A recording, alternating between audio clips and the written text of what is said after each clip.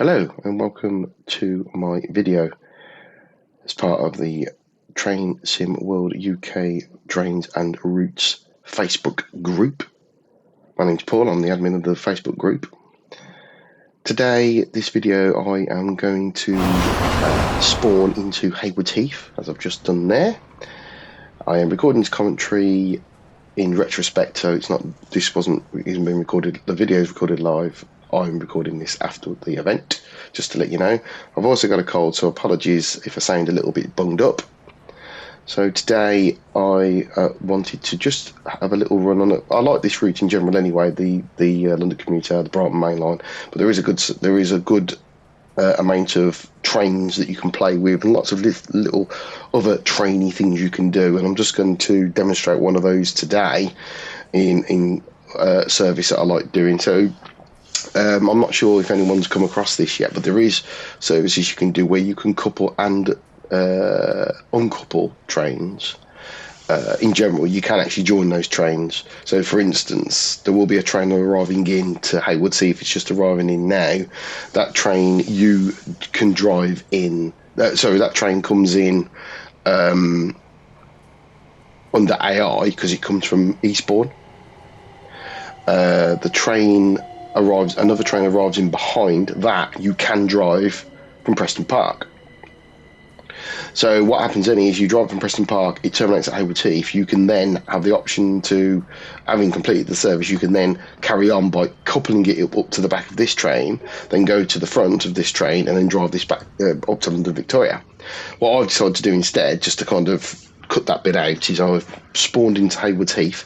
I'm just about to turn on all the safety systems because I always have all safety systems on, so that's your AWS, your DSD and your vigilance, so that I have all that on. At the moment I can't currently sit in the driver's seat because the doors are open.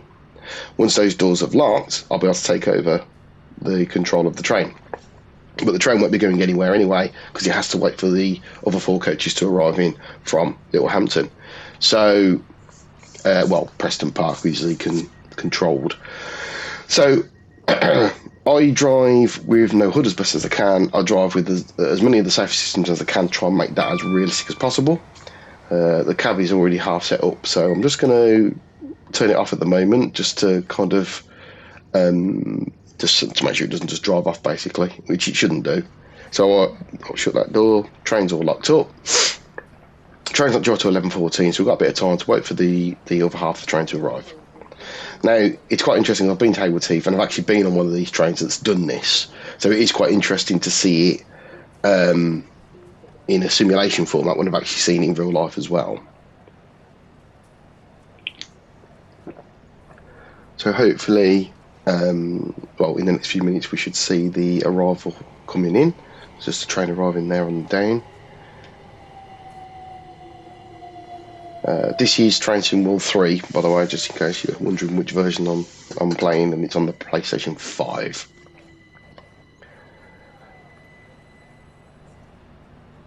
As you can see there, it's already gone to not in service because the train technically is not in service. In fact, in true life, it would actually still say London Victoria because it'd be going forward to London Victoria. So here comes the incoming train from Littlehampton. So the process now is it will need to be coupled up to the set that's behind. So I'm going to just jump in there now. Apologies. So there we go. I'll take that over. As the cab's already set up, there's no point turning any safety systems on because I don't need them. I'm only drawing it forward to couple up. So, and also I'd have to turn them all back off again because they'll keep going off while you're driving. So let's put that into forward and let's move the train gently forward. There. The good thing as well is that these automatically couple, so you don't have to press any buttons or anything when you couple. You only have to press buttons when you're uncoupling. So I just ease myself onto that set there. It says at the time it says wait until 11:10. So what would happen if let's say you spawned into this service from Preston Park, whatever time that leaves, it would tell you to wait until 11:10 and then give you the instructions to couple the train. As I already know what's happened, I've kind of jumped ahead a little bit, so I've jumped the gun. But this is what you'd do. So now we're coupled up. I just want to make sure everything is. Shut the cab down, obviously, because otherwise you won't go anywhere. So get that all shut down. I'm just going to move that into, non-emergency. There we go.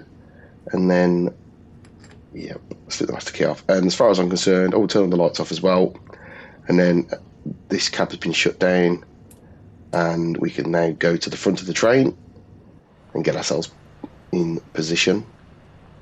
What will... let's have a look. So when 11:10 comes, so now it should tell us to couple the train up. Yeah, so now it's telling us to couple the formation. Obviously, we've already done that. So now we've just got to wait for the computer to have a think and go, hello, hello. Oh, no, you've already done it. Ah, there you go. So that's that done. Now it's telling us we have to unlock the door. So let's get back in here and set the cab up again. I'm trying to unlock the doors when they're not... there we go. And the doors are unlocked. Perfect. Now, what I should do right now, but I do fail to do this at this time, I do remember to do it later, is where the 4 is on the cab desk, is you should actually slip that to remind you you've got 8 cars. So I actually forgot to do that. The TMS shows I've got 8 cars, which is brilliant. I'm just going to put the PIS in for London Victoria to get it all set up. So the TMS shows I've got 8 cars. I just haven't flicked over the thing to say 8 cars. I do actually do this later. Now, I'm only going to take this to Gatwick, and then I'm going to cut the video off anyway, because it's only a demonstration of how to do this and how the train drives and performs. Got a green signal. Oh, I don't know what's going on with that. It's opened the doors and then it closed the doors again. So we're due off at 11:14. It's only 11:11 at the moment, so we've got a few minutes yet. Just going to make sure everything's all shut, make sure my doors are shut, otherwise I get errors. Oh, come on. Controls are such, on the console especially, the sticks are so sensitive, and I've changed the sensitivity so many times. So there we are, we're ready to go. Your training's ready to go, it's all coupled up, it's just wait for departure time. So that's basically that, in a nutshell, if I'm honest. Just got to make sure it all works now. So I will be taking it up to Gatwick just to make sure, just to demonstrate that the train will run, will work as it should do. Sometimes things can be a bit off, but yeah. Yeah, so just fast forwarded a few seconds there. Just thought I'd quickly check my stopping pattern. Saved waiting around for a couple of minutes. I thought I'd just fast forward it. I just cut that bit out. The power of editing and all that jazz. So nearly ready to go now. So I like using the signal bell. So that's the guard to drive our communication, which tells them the train's ready to go. So I'm going to hover that over there. Got a green signal, so we're clear. I've got everything ready to go. So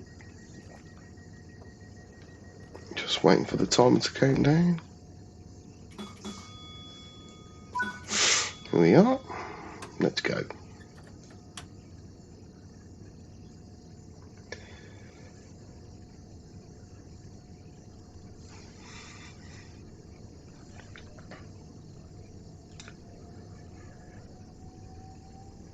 It's a good high-speed bit of line along here, so just opened up completely. I think it's 75, and then it goes on to 90 on the main line. But although the acceleration is good on those trains, by the time we meet on these trains, by the time we meet the main line, we should be doing about 60, 70 anyway. I thought as well, while we're driving, I'll just go through the route up to Gatwick. So I'm on the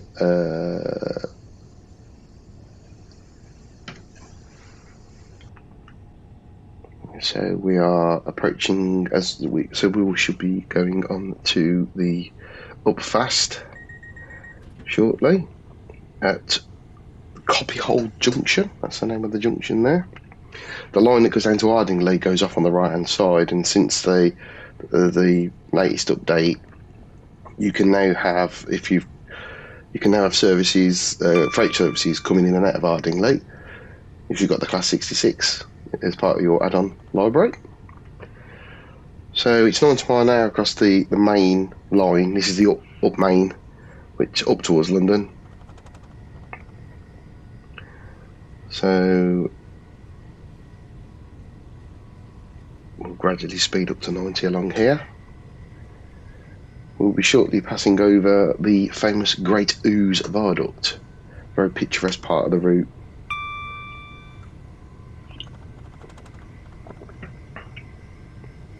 Which is obviously just outside. There it comes up. So This is the Great Ooze. There, very pretty. Indeed. As we steadily accelerate towards 90.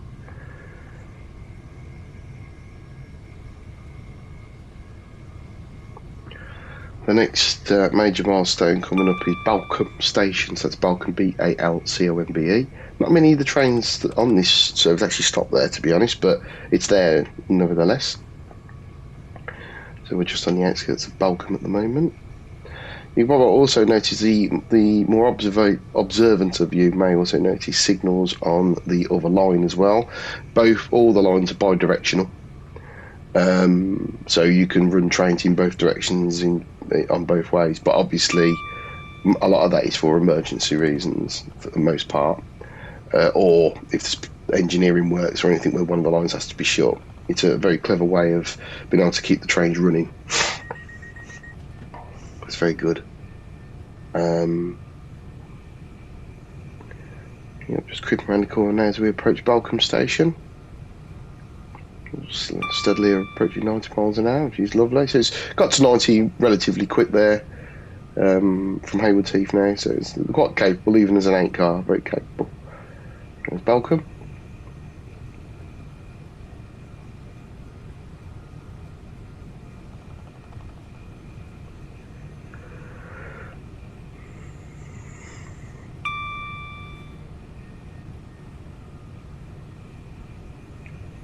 If you're wondering what that white livery is, that is my own Thameslink livery. I decided to throw a Thameslink in. 387s did run for Thameslink for a while before the 700s come in.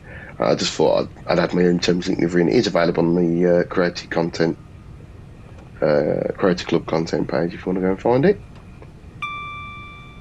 And now we're approaching Balcombe Tunnel. Now I've eased off the power because there is an 80 mile an hour PSR as you come out of the tunnel, because there's a bit of a bend as you go around to North Balcombe Junction, or Balcombe Tunnel Junction. One thing that is a bit annoying about Transit World in general, not just about this route, is the lack of tunnel noise.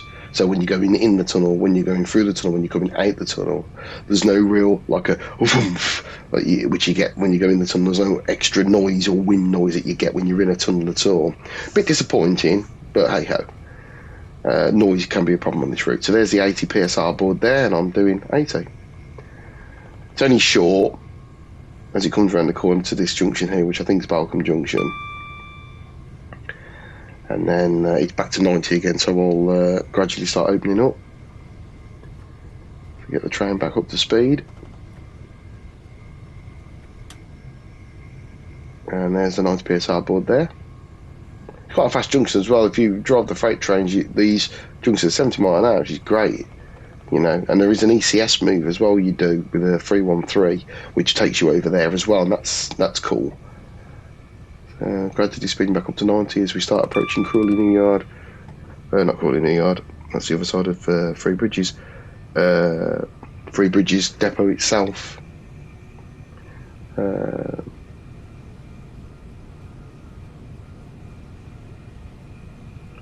Which unfortunately at this time is showing empty. So one of my all-time aspirations with this route would love to see the 700, the Thameslink, the GTR 700. And the brilliant thing about that is it would work perfectly.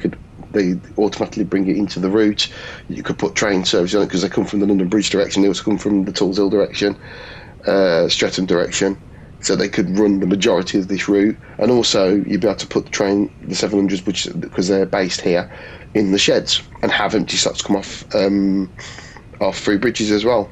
So there's so much potential. And the good thing is with the 700 is you'll be able to also have it in the South Eastern, because they run to Rochester as well. Maybe if it's only an AI, but it doesn't matter, does it?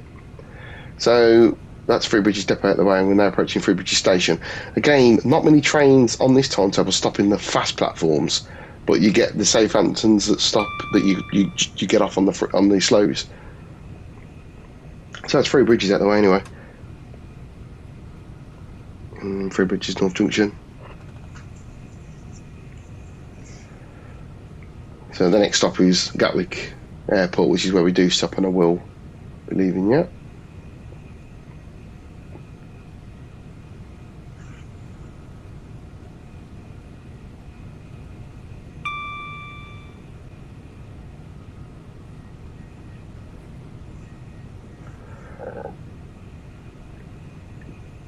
start seeing some reduced aspects on the approach to Gatwick.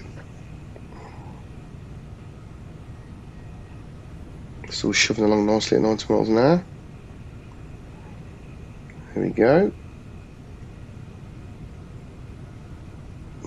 There's me double yellow to tell me I'm approaching Gatwick. Not that I didn't know anyway, obviously. I've done this route so many times. And we're just approaching Tinsley Green Junction. So Tinsley Green Junction is where everything called ladders over, so you can get access to all the platforms.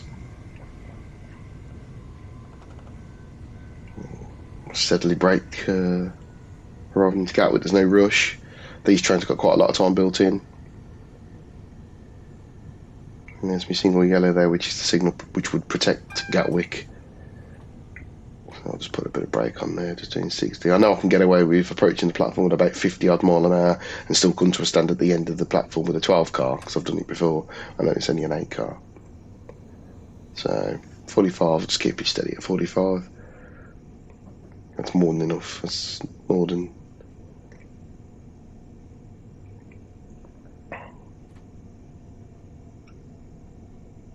And there we go. Just get some brake on now. Pretty much going to go right to the end of the platform with all of them, whether it's a 12 or an 8 car. And also we've got to be careful because we're approaching a red, so we don't want to spad it. That's signal past the danger. And there we go. Now there is actually no 8 car board, but I think it tells you to stop at the 10 car board anyway, so I'm going to stop at the 10 car board as per the GUI instruction. So here we are at Gatwick Airport. Let's get them doors open on the left hand side. Still at a red, I tend to turn my reverser to neutral.